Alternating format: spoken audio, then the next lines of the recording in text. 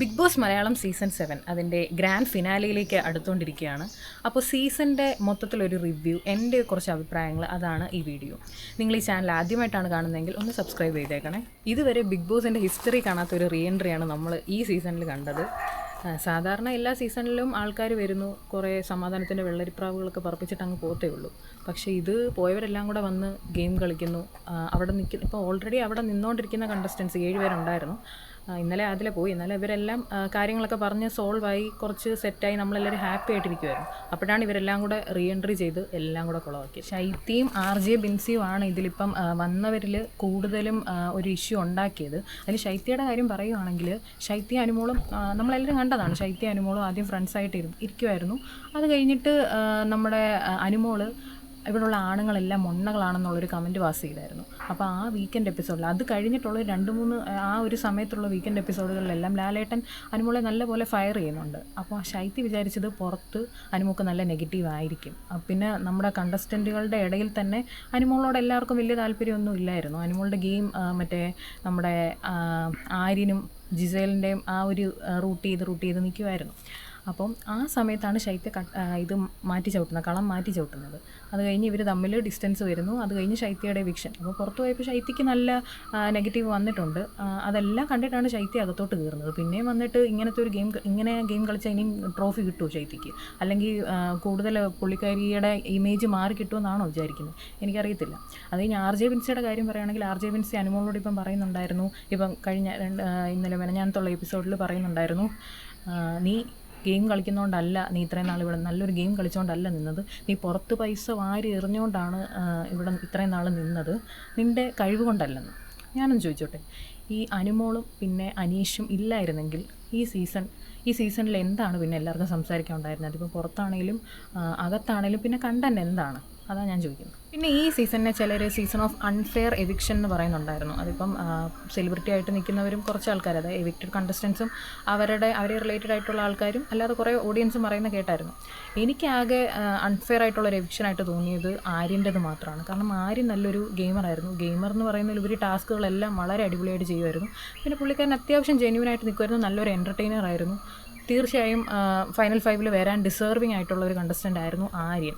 അല്ലാതെ പിന്നെ പറയണം, പിന്നെ ജിസേൽ ബിന്നി എവിക്റ്റായി പോയി കഴിഞ്ഞിട്ട് വേണമായിരുന്നു ജിസേൽ പോകാൻ. അങ്ങനെ എനിക്ക് തോന്നിയായിരുന്നു. ബിന്നിക്ക് പ്രത്യേകിച്ച് കണ്ടൻ്റ് ഒന്നും ഇല്ലായിരുന്നു. ആകെ മറ്റേ അനുമോളുടെ PR-ൻ്റെ കാര്യം പറഞ്ഞതും പിന്നെ ഷാനവാസുമായിട്ടുള്ള അങ്ങനത്തെ കുറച്ച് കാര്യങ്ങളല്ലാതെ ബിന്നിക്ക് വലിയ കണ്ടൻ്റ് ഉണ്ടായിട്ടുള്ളതായിട്ട് എനിക്ക് തോന്നിയിട്ടില്ല. അതുകൊണ്ട് ആര്യൻ്റെ മാത്രമാണ് എനിക്ക് കറക്റ്റായിട്ടൊരു അൺഫെയർ എവിക്ഷനായിട്ട് തോന്നിയിട്ടുള്ളത്.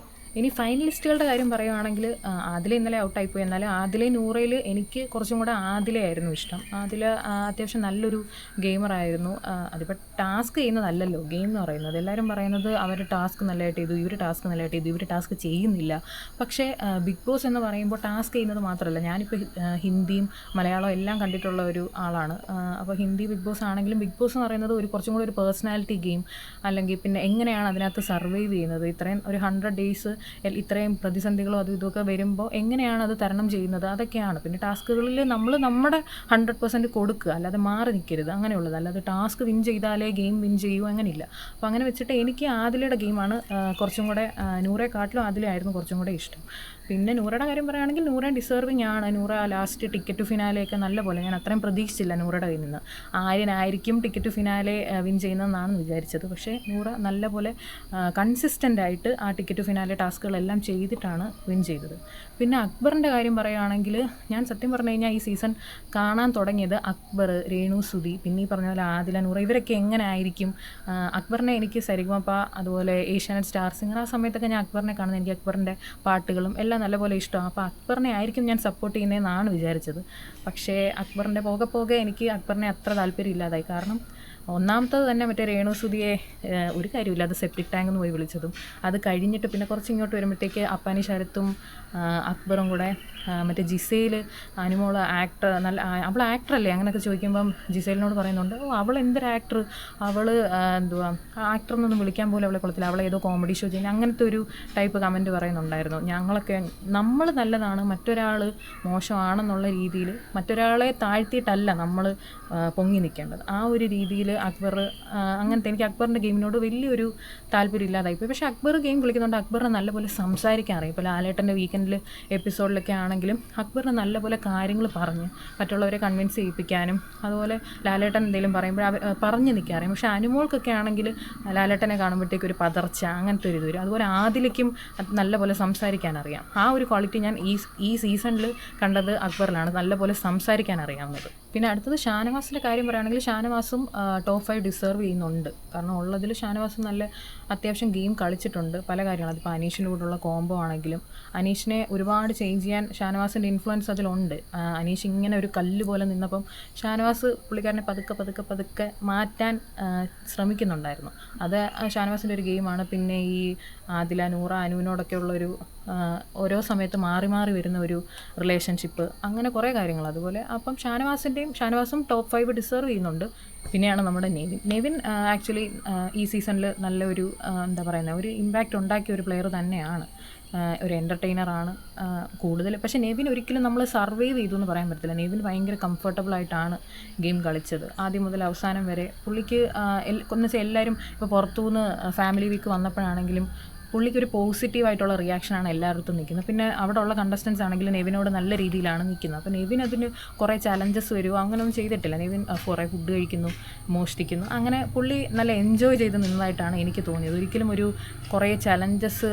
പിന്നെ ആദ്യമൊക്കെ എനിക്ക് നെവിനെ ഭയങ്കര ഇഷ്ടമായിരുന്നു. ഇപ്പോഴും നെവിനെ ഇഷ്ടമാണ്.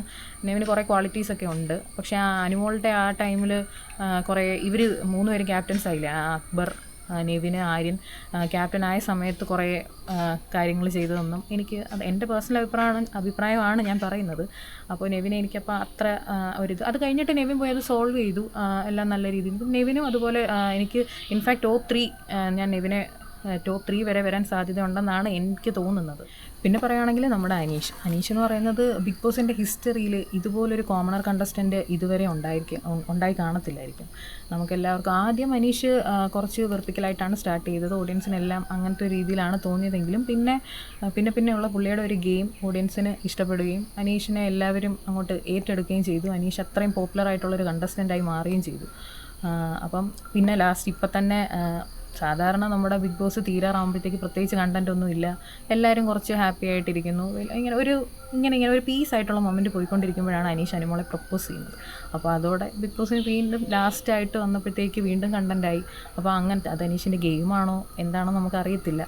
പക്ഷേ പുള്ളി സിൻസിയറായിട്ടാണോ, പക്ഷേ എന്നാലും എൻ്റെ ഒരു അഭിപ്രായത്തിൽ ഇറങ്ങുന്ന കുറച്ച് ദിവസങ്ങളും കൂടെ ഉള്ളായിരുന്നു പുറത്തോട്ടിറങ്ങാൻ. ആ ഒരു സമയത്ത് പുറത്തിറങ്ങിയിട്ട് പുള്ളി ജെന്യുവൻ ആയിരുന്നെങ്കിൽ പുറത്തിറങ്ങിയിട്ട് പ്രപ്പോസ് ചെയ്താൽ മതിയായിരുന്നു. അത് മാത്രമല്ല എനിക്ക് പിന്നെ തോന്നിയത് ഇപ്പം എവിക്റ്റഡ് ആയിട്ടുള്ള കണ്ടസ്റ്റൻസ് അകത്ത് വന്നിട്ട് അനുമോളെ ഒരുപാട് പറയുന്നുണ്ട്, നീ അനീഷിനെ പറ്റിച്ചിട്ട് ഇങ്ങനെ പുറകെ നടന്ന് പുള്ളിയുടെ മനസ്സിളക്കി, എന്നിട്ട് പുള്ളി പ്രപ്പോസ് ചെയ്തപ്പോൾ അങ്ങനത്തെ ഒരു രീതിയിൽ സംസാരിച്ചു. പക്ഷേ ഒരിക്കലും അനീഷ് അതിന് റിയാക്ട് ചെയ്യുന്നു, എല്ലാത്തിനും റിയാക്ട് ചെയ്യണമെന്ന് പറയുന്നില്ല. കാരണം അനീഷ് അത് വിട്ടു, പുള്ളിക്കാരി റിജക്റ്റ് ചെയ്തപ്പോഴത്തേക്ക് അനീഷ് അത് വിട്ടു എന്നുള്ള രീതി സംസാരിച്ചു. പക്ഷേ പുള്ളിയുടെ പേര് പറഞ്ഞ് അനുമോളെ എല്ലാവരും ഇങ്ങനെ കുറ്റപ്പെടുത്തിയപ്പോൾ അനീഷിന് വേണമെങ്കിൽ ഒന്ന് റിയാക്ട് ചെയ്യായിരുന്നു. എൻ്റെ ഈ ചാപ്റ്റർ ഞങ്ങൾ ക്ലോസ് ചെയ്തു, നിങ്ങൾ അതിനെപ്പറ്റി സംസാരിക്കേണ്ടതെന്ന് വേണമെങ്കിൽ അനീഷിന് പറയായിരുന്നു. അങ്ങനെ അതായിരുന്നെങ്കിൽ കുറച്ചും കൂടെ ബെറ്റർ ആയേനെ എന്ന് എനിക്ക് ഫീൽ ചെയ്തിട്ടുണ്ട്. അടുത്തത് പിന്നെ അനുമോളാണ്. അനുമോൾ എന്ന് പറയുമ്പം ഞാൻ ഇതുവരെ കണ്ടിട്ടുള്ള ഒരു സീസണിലും, അതിപ്പം മലയാളം ആയിക്കോട്ടെ ഹിന്ദിയും കുറച്ച് സീസണൊക്കെ കണ്ടിട്ടുണ്ട്, അതിനകത്തൊന്നും ഇത്രയും ഡീഗ്രേഡിങ്ങും ബുള്ളിങ്ങും നേരിട്ട ഒരു കണ്ടസ്റ്റൻറ്റിനെ ഞാൻ കണ്ടിട്ടില്ല. അപ്പോൾ ആദ്യമൊക്കെ ഇപ്പോൾ സ്റ്റാർ മാജിക്കിലൊക്കെ ഞാൻ അനുമോളെ കണ്ടിട്ടുണ്ട്, അനുമോളുടെ ഷോസൊക്കെ കണ്ടിട്ടുണ്ട്, പിന്നെ യൂട്യൂബ് വീഡിയോസൊക്കെ കണ്ടിട്ടുണ്ട്. അപ്പോഴൊന്നും ഞാൻ അതിനകത്തൊന്നും എനിക്ക് വലിയൊരു കാര്യം തോന്നിയിട്ടില്ല. പക്ഷേ ഈ സീസണിൽ വന്നിട്ട് എല്ലാവരും കൂടെ കയറി അറ്റാക്ക് ചെയ്യുക, അങ്ങനെയാണ് അനുമോൾക്ക് ഇത്രയും സപ്പോർട്ട് വന്നത്. അത് കഴിഞ്ഞ് ജിസേലിൻ്റെയും ആര്യൻ്റെയും ഒരു കേസ് വന്നപ്പോൾ ഇത് പറയണ്ടായിരുന്നു എന്നെനിക്ക് തോന്നിയായിരുന്നു. ഇങ്ങനൊരു കാര്യം അനുമോൾ ഫേക്ക് ആയിരുന്നെങ്കിൽ അനുമോൾക്ക് ഊഹിക്കാമല്ലോ, ഇത് ഞാൻ ഇങ്ങനൊരു കാര്യം പറഞ്ഞു കഴിഞ്ഞാൽ അത് പുറത്ത് എനിക്ക് നെഗറ്റീവ് വരും, അതുകൊണ്ട് ഞാൻ അങ്ങനെ പറയുന്നില്ല, ഇത് മനസ്സിൽ വെക്കാമെന്ന് അനുമോൾക്ക് വിചാരിക്കുമല്ലോ. പക്ഷേ അത് പുള്ളിക്കാരി അത്ര ഫേക്ക് അല്ല, ഒറിജിനലാണ്. അതുകൊണ്ടാണ് അങ്ങനത്തെ ഒരു കാര്യം വന്നപ്പോൾ എടുത്ത് പറഞ്ഞതെന്നാണ് എനിക്ക് പേഴ്സണലി തോന്നിയത്. പിന്നെ എല്ലാവരും പറയുന്നുണ്ട് PR-ൻ്റെ കാര്യം. ബിന്നി പറഞ്ഞത്.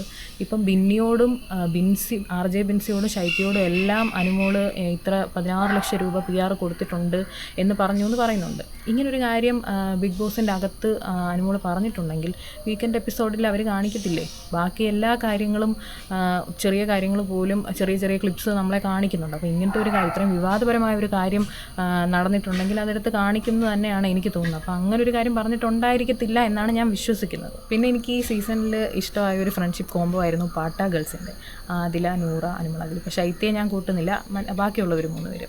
നല്ല എൻ്റർടൈൻമെൻ്റ് ആയിരുന്നു സീസൺ മൊത്തം. അതിൻ്റെ അത്രയും തന്നെ അടിയും ഉണ്ടാക്കിയിട്ടുണ്ട്. പക്ഷേ എന്നാലും അത് കഴിഞ്ഞ് അവർ പാച്ചപ്പ് ആവും, വീണ്ടും അടി ഉണ്ടാക്കും. പക്ഷേ ഇപ്പോൾ ലാസ്റ്റ് പുറത്തുനിന്നുള്ളവരെല്ലാം കൂടെ വന്നിട്ട് നല്ലപോലെ ഒരു വിള്ളൽ അവരുടെ ഫ്രണ്ട്ഷിപ്പിൽ ഉണ്ടാക്കിയിട്ടാണ് പോയിരിക്കുന്നത്. അതിൽ എവിക്റ്റും ആയി പോയിട്ടുണ്ട്. അപ്പം ഇനിയിപ്പോൾ പുറത്തിറങ്ങിയ എപ്പിസോഡ്സൊക്കെ കണ്ടിട്ട് അവർ തമ്മിൽ എന്തോ ആവും, അങ്ങനെ വീണ്ടും അവരൊന്നിക്കട്ടെ എന്ന് നമുക്ക് ആശംസിക്കാം. അതിപ്പോൾ പറയാൻ പറ്റത്തുള്ളൂ. എനിക്ക് നല്ല പേഴ്സണലി ഭയങ്കര ഇഷ്ടമായിരുന്നു അവരുടെ 3 പേരുടെയും ആ ഒരു കോംബോ. പിന്നെ അതിലിപ്പോൾ അനുമോൾ ഒരിക്കലും, ഞാൻ ഇത്രയും നമ്മൾ കണ്ടിട്ടുള്ളതിൽ അനുമോൾ ഒരിക്കലും ആദിലയോ നൂറയോ പുറത്ത് മാറിയിരുന്ന് കുറ്റം പറയുമോ അങ്ങനെയൊന്നും ചെയ്യുന്നത് ഞാൻ കണ്ടിട്ടില്ല. അതുപോലെ തന്നെ അക്ബറിൻ്റെ കാര്യവും പറയണം. അക്ബർ ആണെങ്കിലും ഫ്രണ്ട്ഷിപ്പിൽ ഒരിക്കലും ഒരു ബാക്ക് സ്റ്റാബിങ് വേറെ അങ്ങനെ അക്ബറിന് നല്ലൊരു ക്വാളിറ്റി ആണത്. പക്ഷേ ഫ്രണ്ട്സ് കുറ്റം ചെയ്യുമ്പം അക്ബർ അത് പോയിൻ്റ് ഔട്ട് ചെയ്യുന്നതും കണ്ടിട്ടില്ല. അക്ബർ അത് മാറ്റി നിർത്തി പറയണമായിരുന്നു ഇങ്ങനെ ചെയ്യുന്നത് മോശമാണെന്ന്. പക്ഷേ അക്ബർ ഒരിക്കലും അങ്ങനെ ചെയ്തു. പക്ഷേ അക്ബർ ഒരിക്കലും ഫ്രണ്ട്ഷിപ്പിൽ ബാക്ക് സ്റ്റാബ് ചെയ്തില്ല. അത് പുള്ളിയുടെ ഒരു ക്വാളിറ്റി തന്നെയാണ്. ഞാൻ ഇത്രയും പറഞ്ഞതെന്ന് തന്നെ നിങ്ങൾക്ക് മനസ്സിലായി കാണും. ഞാൻ സപ്പോർട്ട് ചെയ്യുന്നു. ഞാൻ ഒരിക്കലും ഒരു അനുമോൾ ഫാനൊന്നുമല്ല, പക്ഷേ ഞാൻ സപ്പോർട്ട് ചെയ്യുന്നുണ്ട്. കാരണം ബിഗ് ബോസ് എന്ന് പറഞ്ഞാൽ, ഞാൻ ഇതുവരെ കണ്ടിട്ടുള്ള ബിഗ് ബോസ് വെച്ചിട്ട് ബിഗ് ബോസ് എന്ന് പറയുന്നത് ഒരു സർവൈവൽ ഗെയിമാണ്, ഒരു പേഴ്സണാലിറ്റി ഷോ ആണ്. ഓരോ ചലഞ്ചസും വരുമ്പോൾ നിങ്ങൾ എങ്ങനെയാണ് അതിനെ ഫേസ് ചെയ്യുന്നത്, അതാണ് ബിഗ് ബോസ് എന്നാണ് എൻ്റെ പേഴ്സണൽ അഭിപ്രായങ്ങളാണ് ഇതൊക്കെ. അപ്പം അങ്ങനെ ഒരു ഇതിൽ ഞാൻ സപ്പോർട്ട് ചെയ്യുന്നതും ഇപ്പോൾ ലാസ്റ്റ് ഈ ഒരു വോട്ടിങ്ങിൽ വോട്ട് ചെയ്യുന്നതും അനുമോൾക്ക് തന്നെയാണ്. അപ്പം എനിക്ക് അനീഷിനെ ഇഷ്ടമാണ്. അനുമോളും അനീഷും ഫസ്റ്റ് സെക്കൻഡ് അവർ വരുമെന്നാണ് എനിക്ക് തോന്നുന്നത്. പക്ഷേ ഞാൻ അനുമോളെയാണ് കുറച്ചും കൂടെ ഒരു സപ്പോർട്ട് ചെയ്യുന്നത്. പക്ഷേ എനിക്ക് പറയാനുള്ളത് എന്താണെന്ന് വെച്ച് കഴിഞ്ഞാൽ, ആരായിക്കോട്ടെ വിന്നർ, ഈ ഒരു സീസൺ കഴിഞ്ഞ് എല്ലാവരും കണ്ടസ്റ്റൻസ് എല്ലാം പുറത്തിറങ്ങി കഴിയുമ്പോൾ അവർക്കെതിരെയുള്ള ഈ ഒരു സൈബർ അറ്റാക്ക്, ഈ ബുള്ളിങ്, ഒരു സീസൺ എന്ന് പറഞ്ഞു കഴിഞ്ഞാൽ അതൊരു ഗെയിമാണ്. അപ്പോൾ ആ ഗെയിം കഴിഞ്ഞ് അവർ പുറത്ത് വരുമ്പോഴത്തേക്ക് അത് തീർന്നു. പിന്നെ എല്ലാവരും കൂടെ കയറി അവരുടെ ഫാമിലി മെമ്പേഴ്സിനെയും അവരെയും ഈ വെറുതെ കയറി അവരുടെ കമൻറ്റ് ബോക്സിലൊക്കെ ചീത്ത വിളിക്കുക. അപ്പോൾ അങ്ങനെയൊന്നും ചെയ്യരുത്. ഇത് കാരണം ഇപ്പം ഞാൻ ഹിന്ദി ബിഗ് ബോസ് കണ്ടപ്പോഴും സംഭവിച്ചിട്ടുള്ളതാണ് ഇറങ്ങും. പക്ഷേ അതൊരു ഒരാഴ്ചയൊക്കെ ഉള്ളൂ. ഈ കണ്ടസ്റ്റൻസിനെ ബുള്ളി ചെയ്യുന്നത്, സൈബർ അറ്റാക്ക് ചെയ്യുന്നതൊക്കെ അത് കഴിഞ്ഞ് അവരതങ്ങ് വിടും. പക്ഷേ ഇങ്ങനൊരു ട്രെൻഡ് ഉണ്ടായതുകൊണ്ട് തന്നെ പല നല്ല കണ്ടസ്റ്റൻസും ഇനിയുള്ള സീസൺസിൽ വരാൻ അവർ മടിക്കും. കാരണം നമുക്കറിയത്തില്ല, ഇങ്ങനൊരു പ്ലാറ്റ്ഫോമിൽ നിൽക്കുമ്പോൾ പുറത്തെന്താ സംഭവിക്കുന്നതെന്ന് നമുക്കറിയത്തില്ല. നമുക്ക് പുറത്ത് നിന്നിങ്ങനെ അത് അങ്ങനെയാണ് ഇങ്ങനെയാണെന്നൊക്കെ പറയാൻ എളുപ്പമാണ്. പക്ഷേ അതിൽ നിന്ന് ഗെയിം കളിക്കുക എന്ന് പറയുന്നത് ഭയങ്കര ഡിഫിക്കൽട്ടായിട്ടുള്ളൊരു കാര്യമാണ്. അപ്പോൾ പല നല്ല കണ്ടസ്റ്റൻസും ഇങ്ങനെ ഒരു പ്ലാറ്റ്ഫോമിലോട്ട് വരാൻ മടിക്കുന്നത് ഇതുകൊണ്ടാണ്. കാരണം അവർക്ക് ഇതുപോലൊരു നെഗറ്റീവ് ആവാം. നമ്മൾ ചെയ്യുന്ന ഒരു പ്രവൃത്തി എങ്ങനെയാണ് ഓഡിയൻസിലോട്ട് എത്തുന്നതെന്ന് പറയാൻ പറ്റത്തില്ല. അപ്പം കുറേ ആൾക്കാർ അതിലോട്ട് വരാൻ മടിക്കും. അപ്പം ഇവരെല്ലാം പുറത്തിറങ്ങി കഴിയുമ്പോഴത്തേക്ക് ഇങ്ങനെ ഒരു സൈബർ അറ്റാക്ക്, ബുള്ളിങ് ഒന്നും ചെയ്യാതിരിക്കുക, ഡീഗ്രേഡ് ചെയ്യാതിരിക്കുക. അവരുടെ ഒരു ലൈഫിലോട്ട് പൊക്കോട്ടെ, അങ്ങനെ വിടുക. അതാണ് എനിക്ക് പറയാനുള്ളത്.